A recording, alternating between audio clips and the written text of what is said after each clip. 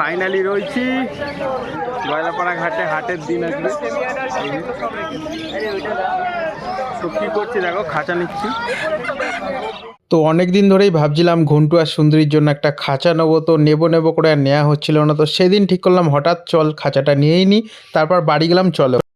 তো আজকে একটা স্বপ্ন পূরণের দিন। এই বছরের এপ্রিল মাসে কিন্তু ঘন্টু এসেছিল, তার কিছুদিন পরে সুন্দরীকে এনেছিলাম। তো আমার ইচ্ছে ছিল একটা বড় খাঁচা আনবো ওদের জন্য, তো সেটা স্বপ্ন পূরণ আজকে হবে। তো দেখো একবার দেখাচ্ছি। এই যাবো, এই যে আমাদের বাড়ির দুই পুচকে, এই যে এটা সুন্দরী সাদাটা আর কালোটা হচ্ছে ঘন্টু। ওরা খুব ফ্র্যাঙ্কলি সবার সাথে মিশে যায় একবারে। আর এই যে ওর ঠাকমা দাঁড়িয়ে ওদের, আর এই যে ওর মা রয়েছে।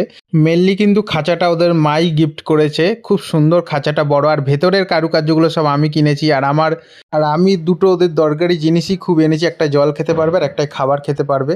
তারপরে আমি আরও কিছু করেছি, ভেতরের কাঠ কেটে আমি লাগিয়েছি খুব সুন্দর করে। তারপর ওদের এবার পালা ওই খাঁচাতে নিয়ে যাওয়ার। ওদের তো খুব ভয় লাগছিল ধরতে, অনেকদিন ধরি না। আর ঘন্টুর প্রচুর গায়ের জোর বেড়ে গেছে। কইটুখানি এনেছিলাম ঘন্টুকে, সেই মনে পড়ে যাচ্ছে। হাতে করে ধরে এনে রাস্তা থেকে কুড়িয়ে ওকে এনেছিলাম ঘন্টুকে। তারপর সুন্দরীকে কিনেছিলাম হাট থেকে। তো ঘন্টুকে অনেক চেষ্টা করে আমি ধরতে পারলাম না, নন্দিনী দুজনাকে ধরে আমি একটু ঘন্টুকে পেয়ে আচ্ছা মতো চটকে নিলাম। কতদিন ওকে চটকাই না, অনেক বড় হয়ে গেছে। তারপর ওদের নতুন খাঁচায় ঢুকিয়ে দিলাম। এত পছন্দ হয়েছে ওদের খাঁচা, আমি দেখেই বুঝতে পারছিলাম মারও খুব পছন্দ হয়েছে। ডানা মেলবে তো, ডানা মেলবে বলে তো শুনছি।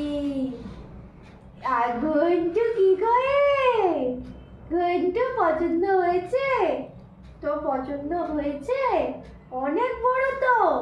তো ভিডিওটা ছিল এইটুখানি। কেমন লাগলো ভিডিওটা অবশ্যই জানিও। আর এইটা ছিল আমার একটা ছোট্ট একটা স্বপ্ন পূরণ ওদের জন্য। আমি এইটুখানিতেই খুব খুশি।